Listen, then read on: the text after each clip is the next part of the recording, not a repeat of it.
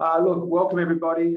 Thank you for joining us. This is a unique experience for us. I spoke to the stage 5 subject selection already, and I did say to them it felt very weird talking to no one. I'm used to an audience to speak to, and speaking to no one, it's quite weird. So bear with me. No jokes. I promise stage 5, no jokes, no jokes. I can't see anyone laughing. So let's continue. Okay, so subject selection. This is more than just subject selection, isn't it? This is working out what are we going to do in the last 2 years of our schooling to get us off on that pathway we want to go to. And throughout high school, we've always spoken about that pathway to kids and taking up opportunities and putting their best foot forward. And that's what this is. This is more than just choosing some subjects. This is about paving the way to where they would like to go. The idea is to open up as many opportunities as they can. Most of our students will go to university, and increasingly our students are aspiring to courses that in the past they just didn't look at. And our kids are doing really well as they venture off to a variety of universities. University of Wollongong has always been a popular one, but increasingly the number of students attending University of Technology Sydney, Sydney University, and the University of New South Wales as examples is increasing. So its success in the senior school is what this subject selection is really about. As I said to you, that most of our students will venture off to university, and it's our job to support them along that journey of 11 and 12 to get them there. We have a clever bunch of kids here, and they are going to prove to do some wonderful things and enter off in some wonderful careers as they follow. But university is not the only pathway. Some of our students will go into further education through TAFE or likewise. Some will want to join the workforce straight up, and others will be looking for that apprenticeship. And we certainly have students who leave before the end of year 12 that gain those apprenticeships and gain that workplace they want to go to. Remember, success here is gaining that pathway for which they aspire for. There's no use dropping out of school. That was an old term. We're not looking at that. We're not looking at kicking any child out of school. The success will be to choose the right set of subjects, to open the opportunities to get these kids where they want to go. And I don't want to see any kid drop out of school. I want them to land in a place where they've aspired to, are quite excited about. So what do we need to do? First of all, we have to recognise that year 11 and 12 are significantly academic years. And what I mean by that is, as kids move on through year 10, and sometimes in year 10, year 9, year 10, they start to get a little bit lethargic because they're a little bit over it. But there is a huge step up in the expectations of work and commitment, organisation that goes into success in the senior years for all students. Certainly we need to get into the right subjects so they're intrinsically motivated, but there is a huge step up and huge expectations to be able to do that. That's only going to come about with very well-tuned time and task management organisation. And I'll tell you what, one thing this remote learning is providing is really improving those self-regulation skills, because they will pay off. It's not the way we want to learn, clearly, but there are some positives that the kids can grow out of this if we can keep nurturing in that direction. Success will come through good organisation and management and hard work. The commitment, the application to what they do every single day. It's not just turning up to school, it's engaging in their study notes and continually revising and making sure they consolidate their learning. They need a study space. They need to make sure they fix up their world at home and at school so that they can make sure they focus on what needs to be focused on. They are a social bunch. They will want to enjoy the social journeys, and trust me, year 11 and year 12 particularly, as they start reaching that age of 18, they will want to venture out and enjoy their young lives. But the focus needs to be on choosing, in addition to all that fun social stuff, choosing academic subjects or choosing their right subjects so they can do their very best. But it's got to come with that commitment, and it's got to come with that organisation. Okay, so just let me go through a few nuts and bolts of life as we move from year 10 onwards. And once upon a time, there was this thing called a school certificate that no longer exists. It now is it's called a record of school achievement. It doesn't just land at the end of year 10. The record of school achievement flows on longer than that. But certainly year 10 is the first year they qualify for that record of school achievement. Previously, students were able to leave at the age of 14 years, 9 months, but now the school leaving age by legislation is 17 years. All students must complete year 10. There's your first point. There are some exceptions through the policy in the Act, but all students generally have to finish year 10. After they finish year 10, they've got to continue on full-time education. That could be with us here at school. It could be with TAFE. It could be with a different college, a private providing college, or they may get into the workforce. Most of the kids will move on to school. And that's why this subject selection process is here to get that pathway moving. Okay, so I spoke about the record of school achievement. Let's consider it this way. It is almost like a leaving certificate that gives you a summation of what your academic achievements have been up to that point in time. So a student who leaves in year 10 will gain a certificate that shows their grading and their study for their school journey up to the end of year 10. They really only started receiving grades in year 10 and some for their year 9 electives.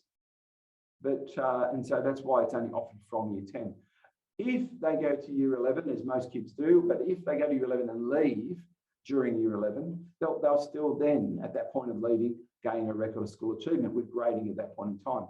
If they go to through to year 12 and leave before or end of year 12, they'll still gain their record of school achievement, and it will accumulate that progress to that point in time. So the school certificate's gone, record of school achievement is in. Those students who go through and study the correct number of board endorsed courses then will also qualify for the higher school certificate. So students can go to the end of year 12, qualify for their ROSA, but if they've got the full credentials as well, that's the minimum number of board endorsed courses, then they also receive that higher school certificate. For university entrance, you need that higher school certificate because those subjects need to be submitted to the University Admission Centre to calculate their ATAR, their admission rank, to matriculate into university. Okay, so what are the requirements for this higher school certificate? First of all students who want to be awarded the HSC need to satisfy minimum requirements in both literacy and numeracy. And that is a process we undertake through here at school. In fact, if year 10 were here on the ground at the moment, we would already be undertaking these and getting most of our kids through in the first go. So traditionally, we would have those assessments done around now, and we can continue them through year 11 and year 12. And we assist those kids through that process. Our experience is that we can get our kids through and meet that minimum requirement. So that bit we've got in hand, but it is a process we've got to undertake. The literacy and numeracy tests are a little bit like NAPLAN in some respects, and they do focus on the reading and the writing and the numeracy as well. And I think all the work the kids have done in their earlier years around NAPLAN have contributed towards that. So we have a good idea of where our kids are at, and we know what sort of preparation we need to do with them. In fact, some of the packages the kids have already started working on in year 10 have been focused around those minimum standards as they've been quizzed on those. All right, so we enter into stage 6. Stage 6 is year 11 and year 12. And we've got to consider some courses as these. Most courses offered through to the HSC are board developed courses. In other words, they've been written by the Board of Studies with all their helpers. They will have a HSC exam attached to them, and they will contribute towards the Australian Tertiary Admission Rank. So that's that ranking for the universities. So most courses are board developed. Some courses are board endorsed courses. Those courses, they're still official courses. They're still promoted through NESA as part of that selection, but they will not have a HSC exam attached to them. And therefore, those courses cannot contribute towards the calculation of an ATAR. So board developed contribute to an ATAR, board endorsed do not contribute to an ATAR. A student who is looking to apply for university, even contemplating applying for university, should be doing a board developed courses and should not really be doing a board endorsed course. Remember, we choose 12 units and you only need 10. So sometimes some kids go, I'm going to just choose this one as well as an addition. They should choose outright all courses that will contribute towards that ATAR. And we're going to help the kids and you navigate that process. The final type of course that's on offer is known as VET courses, vocational education and training courses. And we offer two at this school. One is in hospitality kitchen operations, and the other one is in information and digital technologies. Those courses can contribute towards an ATAR if the students do an exam. And in those courses, the students can choose to do an exam or not do an exam. But they're offered here. They'll also offer the kids certification, and that certification flows through the TAFE system. So those students really interested in a TAFE pathway in the area of information technology or a hospitality career, well, they're two quality courses for them to consider. When we study a VET course, and they're known as Category B, because there are some VET courses that are not Category B. Category B says it's a HSC exam. So there's some VET courses that don't have a HSC exam, but the two that we offer do, they're Category B. But we can only use one of those courses to count towards the calculation of an ATAR. So students who choose more than one VET course, again, like the board endorsed courses, if you're aspiring for university, then choosing two VET courses is not the way to go. Choosing one is a possibility, but two is yeah, you just won't have enough units there to matriculate. This is fairly new this year, and I'm just going to throw it up here. So our school hasn't offered TVET as such. So TVET is where students would go off to TAFE for one afternoon a week. They'll finish at 5 o'clock, start at 1 o'clock. Our school, we're amongst a number of schools that don't offer that. We do all our study in here. We have our own VET courses, our own construction board endorsed course. So we do that here. But this year, they're offering something a little bit different that's well worth us looking into. And that's virtual courses across 20 different vocational courses. This is brand new. These ones, which are quite interesting, but they're all online. And it seems a bit crazy, isn't it? We're going to offer next year a curriculum that's online, but it does have some benefits for some students. A virtual course in 20 different areas, and the links will be on the site to go and explore what those are, is perhaps an opportunity for some students to enter in an area they're interested in that may help them with their vocational pathway later on. These are brand new. They're delivered online. They're delivered by TAFE, but they're delivered online. Some of them will have a HSC exam. I haven't gone through them all, and it might be all of them, have a HSC exam, so they're all Category B. But I will put out there, so when the students, if a student is interested in this, there will be an application process because we view it as outside study. It does have some great benefits for some students. But if you're a student who's aspiring to university, then my advice is this is not what you should be looking at. These courses don't have the runs on the board in this format in terms of their performance, delivered virtually. And if you're aspiring for university and want a subject that's going to contribute well towards your ATAR, then I would not be taking the risk in exploring this course. It's brand new, these courses, they're brand new in this format, they're great. But if you are a person who is looking towards university entrance, then you need to be focusing on those board developed courses or our school-based VET courses. So there'll be more information on the site to let you go and explore those. Okay, so requirements. In year 11, the students have to choose pretty much equivalent to 6 subjects. Every subject is worth 2 units. So that's why we say a minimum of 12 units. So every subject is worth 2 units. There's some exceptions there. If you do Extension 1 Maths or Extension 1 English, those extensions are just in 1 unit subjects. So for some of our students who may choose all their subjects and want to choose extension 1, will effectively be doing 13 units in year 11, and that's perfectly fine. Some students may choose to do extension 1 English and extension 1 maths. That would put them to 14 units. And those kids there, well worth choosing your full range, but we'll probably look at reducing 1 year subjects to bring you back down to 12, because 14's, you can continue with 14, but 14 is a bit of a workload. So that's a discussion we have on one-on-one. So in year 11, you must do equivalent to 6 subjects or 12 units of study.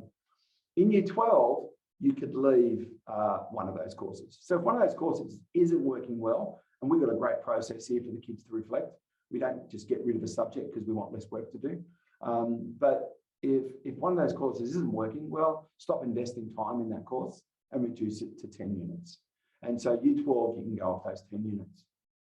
When they calculate the ATAR, they take the best 10 units. So if you're studying 10 units, all of your subjects will count. If you're studying 12 units, then your best 10 units count. So if a subject doesn't go right for some reason in the late part of the HSC course, well, at least you've got a backup there. So we encourage our kids to hold on to their subjects and do their very best, not look for the easy option. That's not something to consider right now. That's something to consider this time next year. But for now, we are focusing on selecting at least 12 units of study. So all of those details are in the subject selection booklet, and we'll have those individual discussions with kids so we can get it right, because there are a few rules associated with what subjects we can choose and how many. Okay, so a child enters with their range of subjects into the year 11 year, and then during year 11, it's important for these kids to meet all the course requirements, get into the assessments, and travel that road of HSC study in year 11. Then from there, at the beginning of term 4 next year, they actually start the higher school certificate course. And from that point onwards, their performance in their assessments start to now contribute towards the higher school certificate. So that contribution is their accumulated assessment mark. So throughout year 12, from term 4 onwards in year 11, to the end of the HSC, to the end of the trials, the students will undertake a various number of internal assessments, very much like they're doing in year 10 right now, and we'll do the same in year 11. The students will also undertake a higher school certificate examination, which runs in October. Those two components are added together to provide the HSC report mark. So that says the student's performance throughout year 12 is equally as important as the student's performance in the higher school certificate. So with that, year 11 is an important year, because year 11 is the year they learn how to get it right. So that when they get into year 11, they get into term 4, year 11 and start the HSC course. They've learned their lessons, they've worked out their study patterns, they've got their commitment, they've sorted it all out. This is when it counts. So the year 12 year is the year that these marks count, the assessments and the examination, and that gives the HSC reported mark. For those people who want to go to university, the next step of this is for the University Admission Centre to take those HSC marks and work out each of the marks, what they scale to, and add them together and then rank them. So what they want to do for each child using their HSC marks is to create an ATAR. The ATAR is simply a rank. So a student with an ATAR of 80 is in the top 20% of the state based on the scaled HSC marks. So it's important that students do very well in their assessment through the year 12 year, do their best in preparation for the HSC exam, accumulate the 2 for the HSC mark, and then from there, an ATAR will be calculated. It's the best 10 units that contribute to that, though 2 units of English must count. And we say board developed course units, that's BDC, board developed course units. That's saying, so the board endorsed, remember the other ones I said that we couldn't count? It has to be a board developed course. VET counts, only 1 subject of VET can count.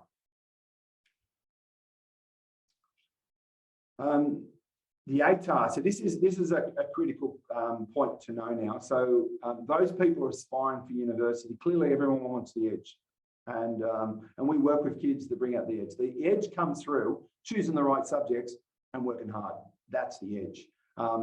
Through year 12, the kids, they don't cheat, but they work together. And the stronger they work together, the better we do as a cohort, and the better results those kids can achieve together. So it's hard work, and it's selecting the right courses. So sometimes some people go, you need to choose this course because it scales better. It will only scale better for an individual if the individual can do well in that course. There's no use choosing a subject on the myth that it scales better. And I've got to tell you, some subjects do scale traditionally higher than other subjects. There's no argument with that at all. But that scaling is based on the performance of that candidature in that year. And if there is a very consistent type of candidature in that course, then it's going to scale well. So one can assume that students who do Extension 2 mathematics are very able mathematicians and probably are very able at what they do, and hence that course probably scales well. But if you are no good at mathematics, then you would never choose Extension 2 because you would get a mark that won't scale to much at all. So it's about choosing a course that works well for the individual. And that's an important point. So there is always discussion about don't choose that one because it doesn't scale well. It really needs to be an individual discussion based on that student and their particular strengths. So that's a significant point. And there is always a lot of talk around that, particularly from those who have travelled it before and offering that advice. It's not true. Students need to choose the courses that they are going to do best in. So that calculation of the ATAR, they take the moderated assessment like before and that raw exam result that gets the HSC mark. That HSC mark goes to the University Admission Centre. They will scale that. There's a process there. Next year, we can talk about what that process involves to give a better understanding, like it's too much for tonight. They will scale those and they simply rank those kids. It's done afresh each year. It's based on that candidature and it produces that ATAR for students. So my point, and I'm going to make this because it's more our aspirational ones that tend to get caught up in this, don't choose a course because someone says it scales well. It's really bad advice. We focus this process on a real individual basis, and we will give our best advice on what we know about each individual student and what we know about the process, and hopefully guide in the right direction and hope they take on that advice in the right direction to bring out their very best. So what are those key considerations of choice? Well, I've sort of hit on some already. The first one is ability. Always look to choose subjects in which you feel you can do well in. And that's even the level of mathematics, the level of English, the sciences. Which sciences did I enjoy? Which ones did I do well in during year 10? So in sciences, for instance, they would have done different topics to hit the areas of chemistry and biology and physics. So it's important that that reflection about their past performance and their effort in that. We need to say, I'm not likely to do well in this particular subject because, or I am likely to do very well in this subject because. Need to really think about which one they can do well in, and there's always a reason around it. Choose subjects that interest you. We all know it, motivation's a really difficult thing if we're asked to do those things that we just do not like. 2 years is a long time to study a subject for which you just do not like. English is mandatory, so there's no choice there. Mathematics is not, but everyone chooses it, so it naturally becomes. Even if 1 or 2 students don't want to do it, we've got to work out how we're going to accommodate that because the curriculum demands are based on predominant student choice.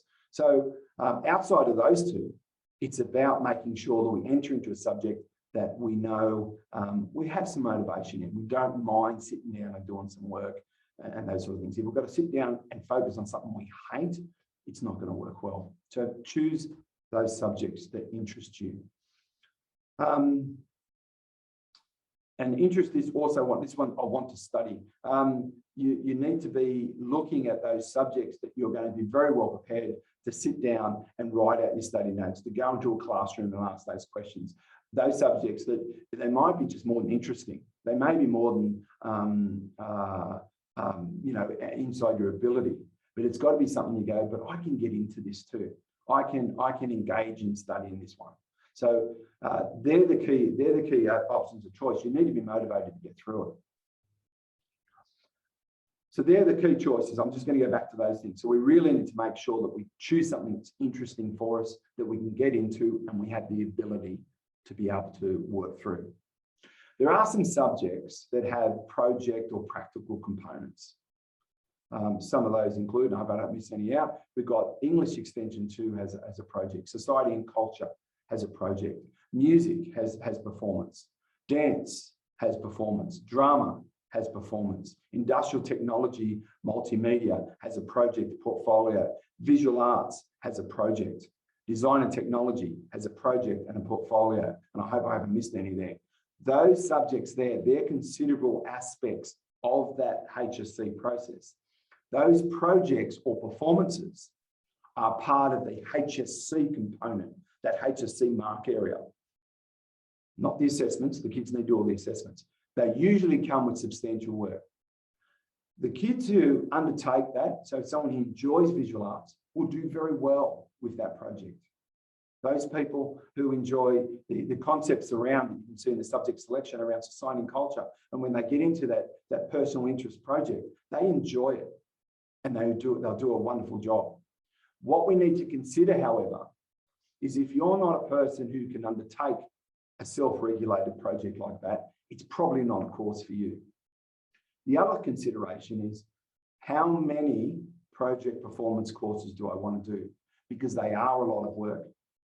They're very rewarding, but you don't want to be doing all of your subjects, 2 of your subjects, 3 of your subjects. Again, we're going to hit this on an individual basis, but we need to be aware that these project or performance type courses can be quite arduous, and we need to make sure that we balance that out in a very important year.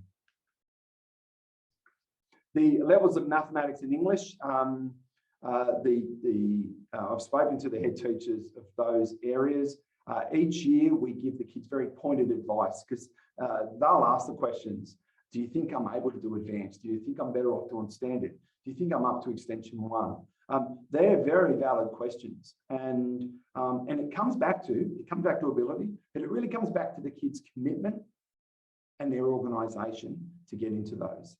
Those students who have strong abilities in English and strong ability in maths should really be considering those extension courses. Those people who are aspiring for a good ATAR and are great at maths and or English, well, I'll tell you, it really works. It works towards a top contribution. If you're not great at it, it's not going to work. So it's well worth considering. The head teachers, we're probably going to run something very soon as we go through this process to help guide the kids with those levels. So even once we choose them now, it's probably something we can still tweak as we head into next year. You need to be very realistic about your career aspirations. And I think, quite honest, a lot of our kids are still and ahhing about what they want to do. And that's normal, and it's very real. So there is no expectation that you need to know what you want to do when you leave school. Some of our students will know. They'll know, I want to leave in year 11, I want to get that apprenticeship, or I want to go to year 12, I want to go to uni because I want to do this. And sometimes I want to go to uni, but I'm not sure what I want to do yet. And that's fine. But having an idea about where our career choices may head us certainly helps this process. If we don't know what they are, then having some broad ideas about your strengths is a very good start. All right, so in this subject selection process, we have to choose 12 units, that's 6 subjects. One of them must be English. And as we do our subject selection process, we have to choose 3 reserves as well. The process doesn't have us deciding what the curriculum will be. The process has the students deciding what the curriculum will be.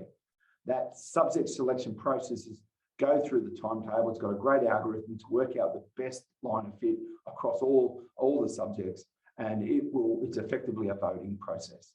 So we've got to choose 6 subjects, including the levels of English, and choose 3 reserve subjects. I spoke about the extension English and extension maths, and we need to think about the levels there. And then with that, so all the students have got this learning package we put out this year. It's been a little bit different this year. So we've got this learning package. There's a significant reflection in there where they've got to write some answers to some of the courses they're considering. It's no good turning up to an interview with no idea. And that's me hitting the button. Didn't work. I got it. So it's no good turning up to an interview with little ideas. So you need to do your homework. You need to get in there and have a good look at what's available. And even if you're still struggling at that point, that's all right. We can talk through things with you. But it's important that good consideration and good discussion at home has happened. So we're going to discuss those choices with you. We've traditionally done them by interviews here at school, one-on-one. And we're going to do that again. The only difference is we're going to put it out over a whole week. We'll do it online, probably a video conference. The benefit is if someone is home, then mum or dad might be able to join. So it works even better in that respect this year, that we've got us all together and having a good solid discussion about what the options are for you in 2022. Okay, so these interviews are scheduled between those dates.